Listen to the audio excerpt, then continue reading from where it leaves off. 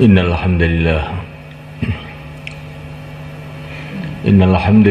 nasta'inuhu wa nastaghfiruh wa nu'minu bihi wa natawakkalu alayhi wa na'udzu bihi min shururi anfusina min sayyiati a'malina may yahdihillahu fala mudilla lahu wa man yudlil fala hadiya lahu أشهد أن لا إله إلا الله وحده لا شريك له وأشهد أن سيدنا ومولانا محمدا عبده ورسوله اللهم صل وسلم وبارك عليه وعلى آله وأصحابه والتابعين لهم إلى يوم القيامة أما بعد. Hadirin muliakan,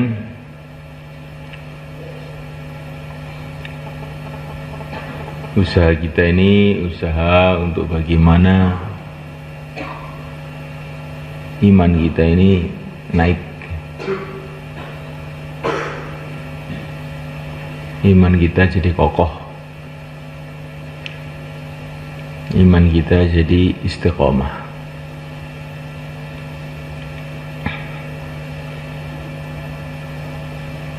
Kalau iman kita ini lurus, seluruh amalan kita akan ada nilai besar di sisi Allah, sehingga mendatangkan pertolongan Allah di dunia dan pahala Allah di akhirat. Kalau iman kita ini benar, maka di dunia kita akan senantiasa dibela oleh Allah, di akhirat akan masuk surga Allah. Kalau iman itu benar, di dunia akan dimuliakan oleh Allah, di akhirat dimuliakan oleh Allah. Jadi iman ini azab yang sangat besar untuk kemuliaan dunia akhirat.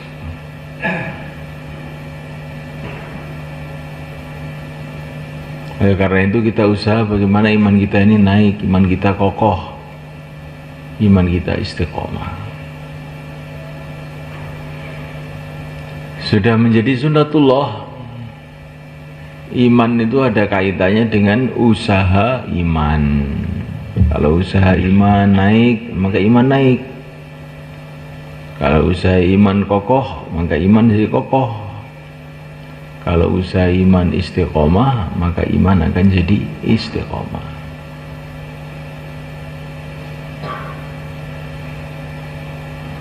Usaha iman itu apa? Pertama kali dimulai dengan mudzakarah iman.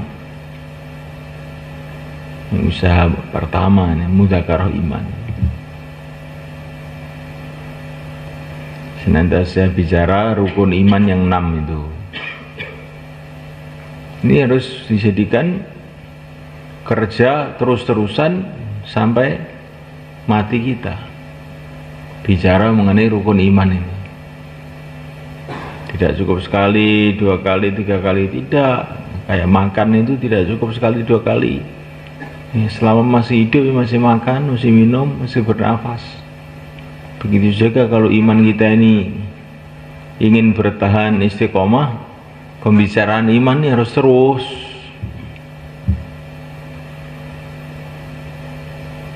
Maka semulaikan orang yang baru masuk Islam diajari pembicaraan iman. La ilaha illallah Muhammadur Rasulullah. Kalimah iman ini. Orang yang sudah lama masuk Islam pun perlu terus bicara ini.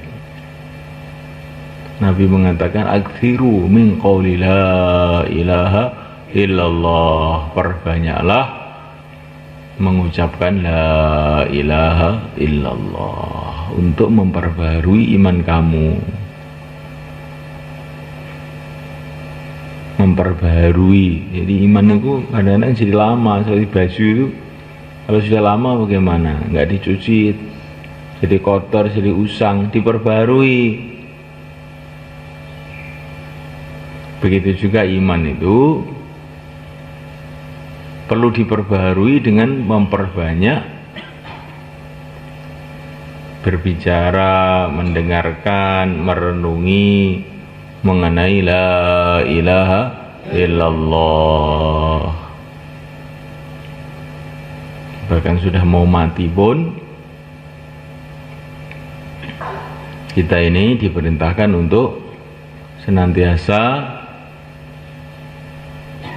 mengucapkan dan mendengarkan la ilaha illallah. Suruh mendengarkan, laqtinu mautakum. Orang yang mau mati hendaklah ditalqin la ilaha illallah. Mengucapkan, barang siapa yang akhir hayatnya mengucapkan la ilaha illallah, dia akan masuk surga.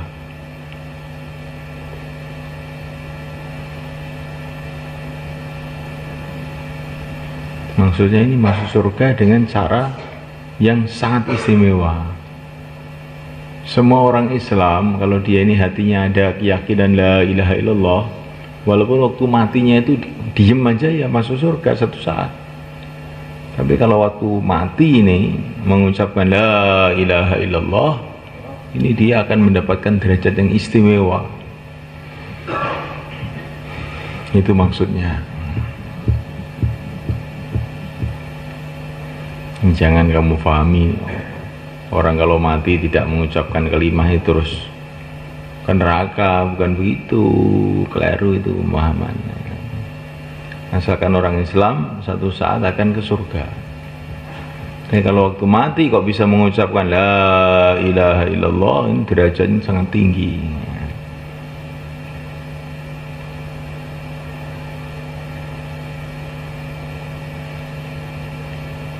Jadi maknanya ini pembicaraan iman, berbicara mengenai la ilaha illallah ini terus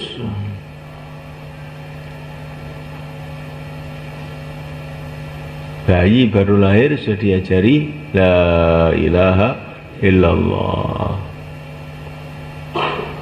Para nabi pun diajari kalimat ini juga. Fa'alam annahu la ilaha illallah.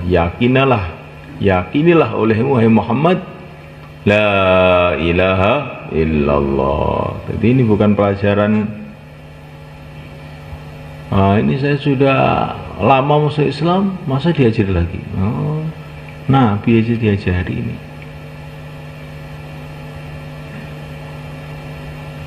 Karena tingkatan kemantapan terhadap la ilaha illallah itu bertingkat-tingkat.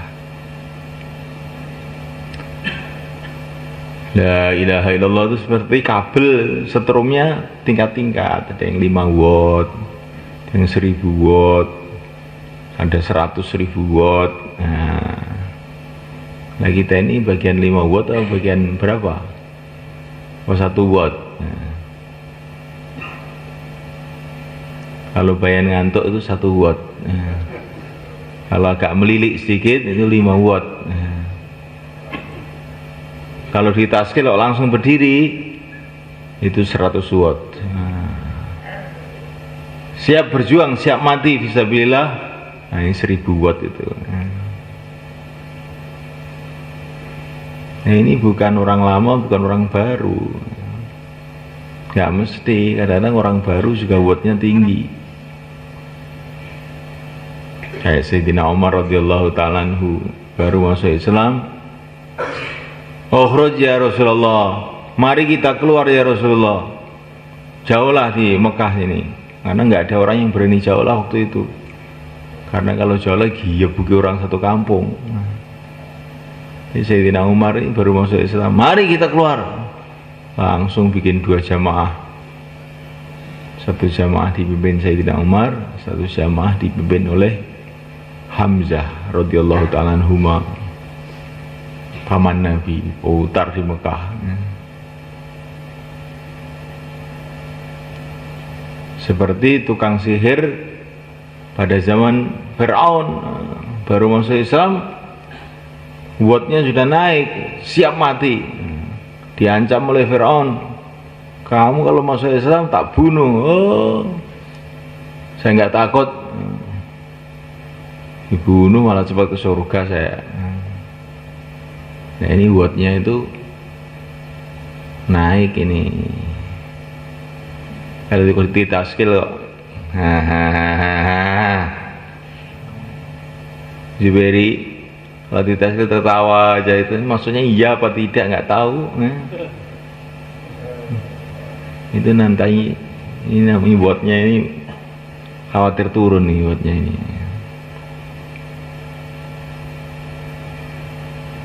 Maka ini kalimah ini kita bicarakan lagi dan lagi supaya mantapnya itu tambah. Mantapnya itu tambah. Diucapkan lagi dan lagi, dengarkan lagi dan lagi, direnungi lagi dan lagi.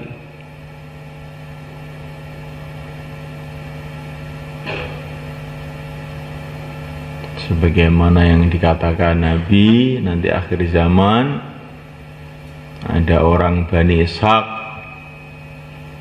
yang imannya kuat-kuat ini. Mereka masuk di negeri orang kafir, mengucapkan la ilaha illallah, Allahu Akbar, separuh negeri itu sudah hancur. Nggak usah bawa bom, nggak usah bawa senjata. Mereka mengucapkan la ilaha illallah, separuh negeri orang kafir sudah hancur. Mereka mengucapkan lagi la ilaha illallah, separuh lagi hancur lagi.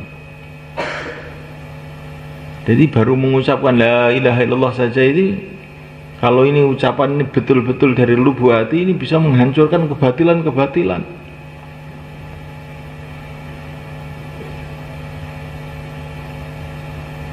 Maka kita ini lagi dan lagi dan doa kepada Allah agar kalimah ini betul-betul mancep dalam hati, sehingga akan menghilangkan kebatilan yang ada dalam hati, menghilangkan kebatilan yang ada dalam keluarga kita,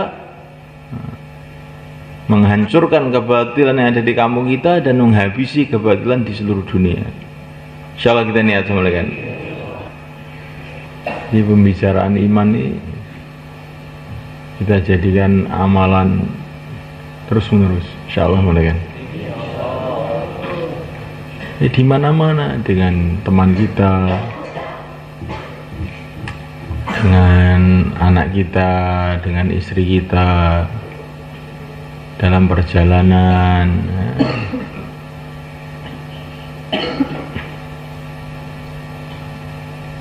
Pokoknya setiap kesempatan.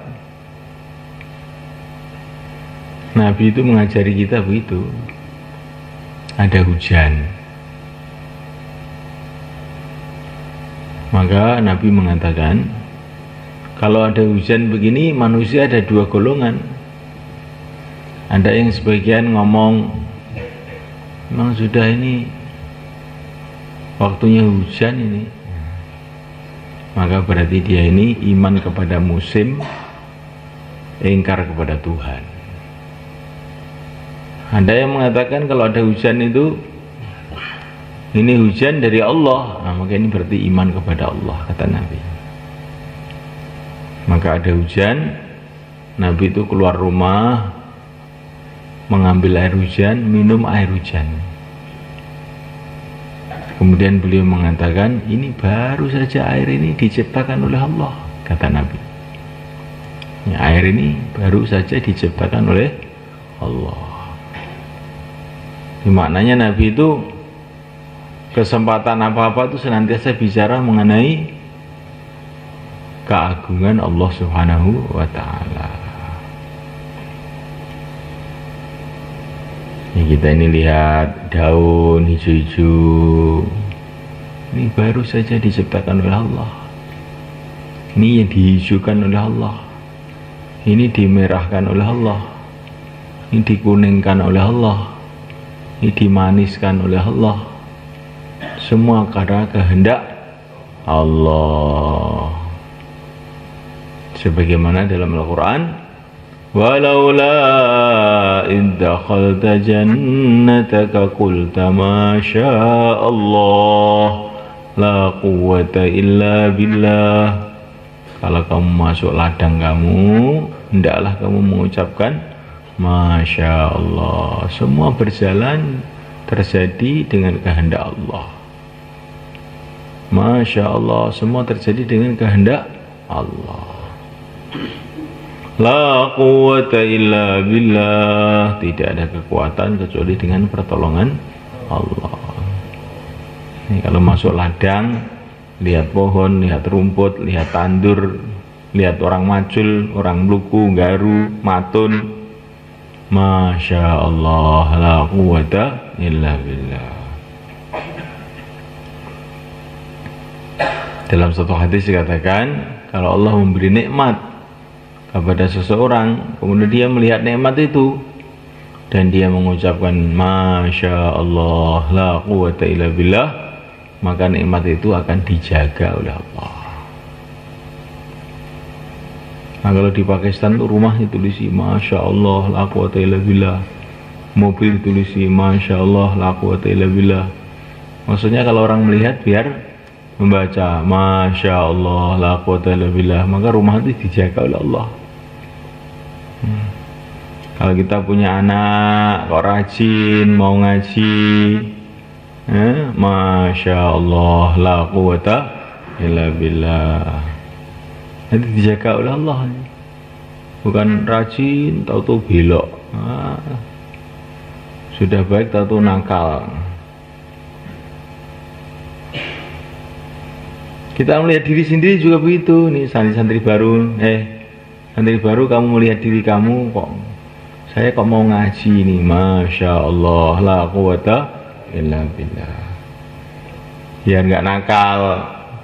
Nanti kalau nggak dijaga oleh Allah, ngaji baru 1 juz nggak tahan, ingin pulang, akhirnya jadi satpam, yang mestinya jadi ulama jadi satpam, karena tidak dijaga oleh Allah. Supaya dijaga, Masya Allah, la quwwata illa billah. Apa saja nikmat, ucapkan begitu.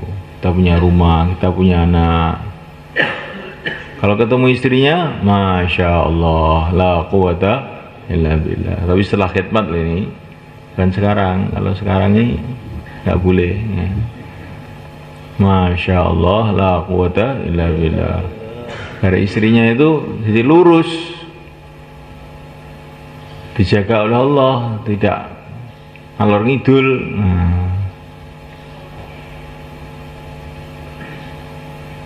Semua nikmat yang Allah berikan kepada kita, ucapkan Masya Allah, la quwwata illa billah. Pembicaraan iman ini. Semua kehendak Allah, tidak ada kekuatan kecuali dengan pertolongan Allah. Pembicaraan iman ini penting. Jangan sampai kita ditipu oleh orang yang tidak tahu. Saya sudah tahu, gak usah bicara. Jangan begitu. Itu keliru. Memang kita disuruh oleh Allah melalui Rasulnya untuk senantiasa bicara iman. Rasa minteri aku ngerti aku. Rasa minteri aku ngerti. Ya panjenengan wis ngerti iki. Ben dijogo karo Gusti Allah. Masya Allah, la quwwata illa billah. Ben mancep nang jero ati. Ngerti ora mancep piye. Urusan dunia ini senantiasa kita bicarakan. Kita bicara mengenai makan tuh berapa ribu kali. Tiap hari bisa bicara. Mana makanannya, mana sarapannya, mana nasinya, mana tempenya, ya, mana kopinya, mana tehnya. Jadi kita bicara makanan itu tiap hari. Mulai dari rakyat biasa sampai presiden, tiap hari mesti bicara makanan. Nah, akhirnya makanan itu tertanam dalam hati.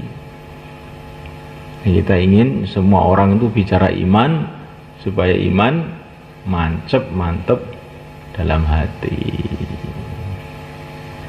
Apalagi kalau kita bicara iman dengan orang yang nggak mau, itu malah barokahnya tambah banyak itu. Bukan hanya dengan orang yang mau saja, yang orang yang nggak mau itu. Termasuk orang yang ngantuk-ngantuk itu ajak bicara iman. Ini barokahnya tambah banyak. Itu ada mujahadah namanya. Makanya Nabi Musa suruh dakwah pertama bukan kepada orang yang dekat, nah bukan. Nabi Musa itu dakwah pertama kepada Fir'aun, orang yang paling ganas di dunia. Kan aneh tadi. Tapi kalau Rasulullah bicara iman kepada orang yang paling dekat di dunia, ada istrinya, kan enak lu bicara dengan istrinya, mudah. Fir'aun, kalau Nabi Musa kepada Fir'aun, kenapa ini kok bisa begitu? Nabi kita juga bicara agama, mendakwahkan agama pada semua orang, pada raja-raja, semua orang kafir, orang yang memusuhi semua. Tapi awalnya itu pertama kepada Fir'aun, Nabi Musa. Tapi Nabi kita awalnya kepada Khadijah radhiyallahu ta'ala anha. Kenapa semulakan? Karena Nabi kita ini saking sayang sama kita. Nanti kalau dicontohi dakwah sama orang yang musuhi, mungkin kita nggak kuat. Maka Nabi kita itu saking sayangnya sama kita, mencontohi dakwah itu dakwah sama istrinya sendiri, supaya kita ini mudah. Oh, nek ngono ya iso aku. Kalau kamu suruh dakwah sama Pak Lurah, seperti cuman Pak Lurah, Pak RT ini mikir-mikir. Pokoknya dakwah pada orang yang memusuhi tambah wedi. Maka dakwah pada istrinya sendiri. Nanti lama-lama imannya naik, bisa dakwah pada yang lain. Insya Allah kita niat semula kan. Kita bicara agama itu pada semua orang, yang mau, yang tidak mau. Maka kalau 2,5 jam itu jangan pilih-pilih. Wah, ini orangnya sudah senang, saya mau datang ke situ. Ini kelihatannya serem, saya nggak mau datang ke situ. Tidak. Semua kita datangi, semua kita ajak bicara agama. Yang mau, yang tidak mau, yang senang, yang tidak senang, ya baru iman kita nanti akan jadi naik. Akan jadi naik. Insya Allah kita niat semula kan. Dan di antara cara untuk meningkatkan iman, perbanyak mengamalkan sunnah Nabi. Ya, semua amalan yang ikut Nabi itu mendatangkan peningkatan iman. Makan ikut sunnah Nabi meningkatkan iman. Tidur juga begitu, ikut sunnah Nabi meningkatkan iman. Sholat, puasa, haji, apa saja yang ikut Nabi meningkatkan iman. Dan di antara cara untuk meningkatkan iman dengan sholat. Sholat ini kalau betul-betul kita kerjakan dengan sungguh-sungguh, iman akan naik. Menghadap pada Allah nggak naik gimana? Allah itu yang maha tahu, yang maha perkasa, yang maha kuasa, yang maha dermawan, yang maha pemurah, lagi maha pengasih. Orang kok menghadap pada Allah mesti akan dikasih hal-hal yang istimewa. Kita harus juga yang keyakinan begitu. Pokoknya saya sholat menghadap pada Allah, mesti Allah akan kasih hal-hal yang istimewa. Pasti iman kayak saya naik. Insya Allah kita niat semula kan. Dan di antara cara menaikkan iman, taklim. Taklim itu kalau sungguh-sungguh iman akan naik. Dan di antara cara untuk menaikkan iman, zikir. Zikir itu juga menaikkan iman. Wa yahdi ilaihi man anab alladzina amanu wa tatma'innu qulubuhum bi dzikrillah, ala bi dzikrillah tatma'innul qulub. Wa yahdi ilaihi man anab alladzina amanu wa tatma'innu qulubuhum. Jadi zikir ini mendatangkan hidayah. Bukan hanya mendatangkan hidayah saja, zikir ini akan mendatangkan kebaikan untuk orang yang di sekitarnya juga. Orang yang duduk bersama orang-orang zikir tidak akan celaka, kata Nabi. Zikir diperhatikan, insyaallah kan. Zikir tenanan ngoten, oh mungkin sekitar itu di apa ya. Contohnya niku wau sing kula critakne niku wau. Bagaimana 70.000 orang Bani Ishaq mengucapkan La ilaha illallah, separuh negara orang kafir hancur. Jadi kalimah-kalimah iman, zikir itu ada kekuatannya itu. Dan diantara cara untuk meningkatkan iman yaitu akhlak yang baik. Namulaikan Allah Ta'ala, akhlak yang baik itu meningkatkan iman.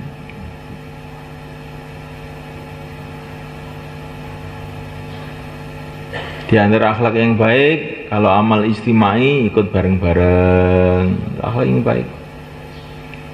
Maka dalam satu perjalanan Rasulullah bersama para sahabat, maka Rasulullah itu sholat sunnah ini terus hujan ya. Hujan itu hujan, akhirnya Rasulullah itu sholat di atas unta. Semua para sahabat juga sholat di atas unta karena nggak bisa turun karena buacek semua.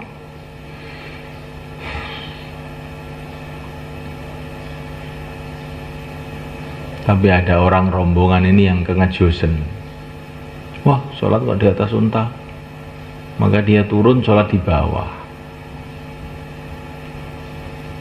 Maka Nabi melihat orang itu nggak senang, oh temannya sholat di atas kok di bawah.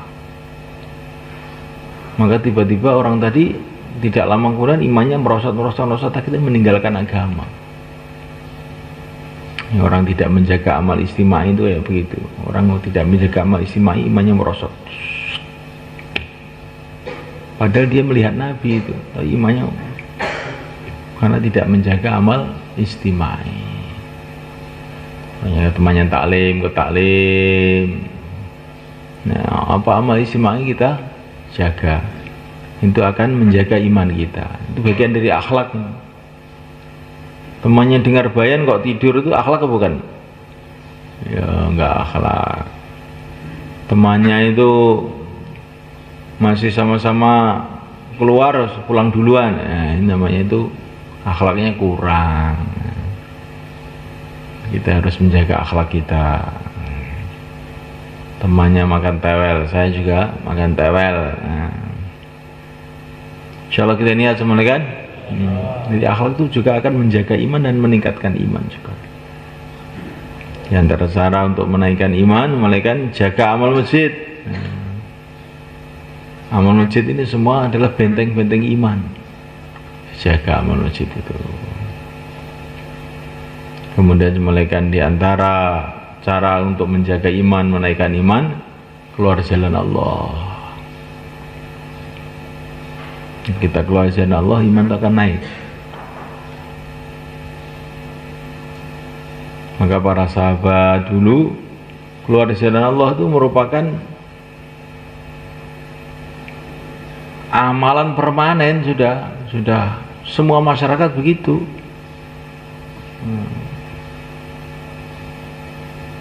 Nah, kita ingin masyarakat Islam sekarang ini menjadikan keluar jalan Allah ini sebagai amalan rutin mereka, amalan istiqomah mereka, permanen, pesantren permanen, sekolahan permanen, macul permanen, pasar permanen, giliran dakwah ini sambilan, giliran dakwah sambilan.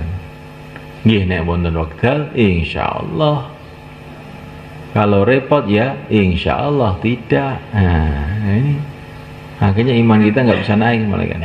Di zaman sahabat dulu kerja dakwah ini jadi kerja permanen. Permanen ini istiqomah, mesti ngoten niku. Kados ini macul niku ya swidak tahun ya istiqomah. Jenenge wong Mboro umure wis 70 tahun isi teng Sabin. Karena rasa dikongkon, rasa diusuli, gak usah ditarget wis mangkat bendina. Nah dakwah niku kita usahakan begitu, insyaallah malaikat. Pokoknya seberangkat, tidak terkesan dengan keadaan-keadaan. Kalau namanya petani pergi ke sawah, ya, bawa pacul, dia melihat orang ke pasar, dia melihat orang ke kantor, pakai baju masuk, sepatunya mengkilat. Petani tidak peduli ke sawah. Ada orang walimah, ada orang apa, nggak peduli ke sawah, langsung terus macul. Tapi kalau petani ini terkesan dengan keadaan, bawa pacul, melihat orang ke pasar, nggak jadi, paculnya diletakkan terus ikut ke pasar. Mau macul, ada orang walimah, ikut waliman, nggak jadi macul. Ada orang khitanan, nggak jadi macul, letakkan paculnya. Ada orang ke kantor, kok enak temen nih orang yang kantor. Nggak jadi macul. Kira-kira sawahnya terus gimana kira-kira?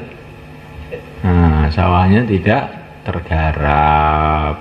Ya kan? Akhirnya bangkrut. Begitu juga dakwah itu jangan terkesan. Terus jalan. Ada orang ke pasar, ke ladang, ke mana-mana, terus jalan fisabilillah. Insyaallah malaikat. Maka yang niat untuk 4 bulan, 40 hari, silakan berdiri selatan.